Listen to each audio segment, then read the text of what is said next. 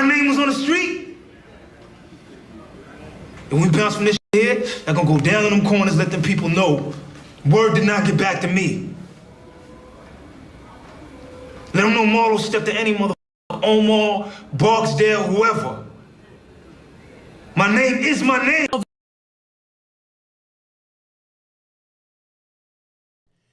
Candace Owens has left me no choice. I have to start listening to opposing views.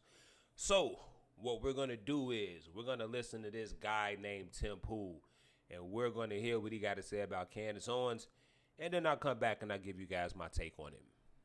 I think the idea that Charlie would want her to advocate everyone pull their donations from the organization he built. Yeah. It's ridiculous. No one hates Charlie more than Candace Owens. Let me say that very, very clearly. I want to say it straight to the camera for all of her biggest fans, and then she can grab this clip and put it on her show. I do think it's absolutely hilarious that we're a substantially smaller show than hers, but she brought us up anyway. So thanks for saying my name, Candace. No one hated Charlie Kirk more than Candace Owens. She reviles him, she spits on his grave, and she smiles while doing it. Okay, quote over. Now, first, when I heard Tim spewing a narrative like this, I thought he was being somewhat melodramatic. But at the end of the day, you all, this woman, Candace Owens, is telling people to withdraw all of their money from Charlie's organization. And Charlie did spend his life building that organization. Don't you think that's a little extreme? Anyway, let's get back to the commentary. And I'll say this because Charlie spent his life building out these organizations. Candace is doing everything in her power to tear them down. She hates Charlie. She hates what Charlie built, and she wants it to burn. She hates Charlie's family. She hates Charlie's friends. She's accused them of killing him. She's accused his wife of having knowledge of these events. And then she comes out and says, I never said that. Not in the literal sense, but there's literally no other logical conclusion to what you're saying.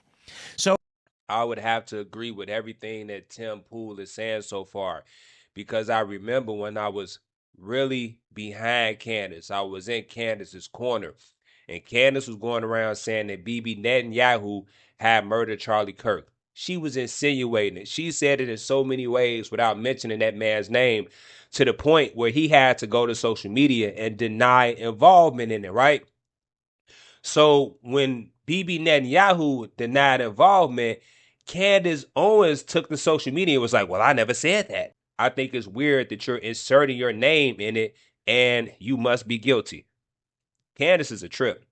When I look at Colvet and Bowyer and Blake and Erica and the people who work at Turning Point, and I say, you know, maybe they're not handling things properly and they don't know what to do what Charlie was doing. There's fears that Turning Point can't make it without Charlie.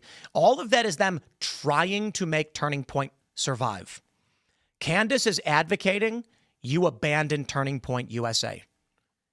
It's kind of remarkable to see, but let's just do the logic here. Simple question for all of you. Throw it in the chat. Who do you think cares more about Turning Point?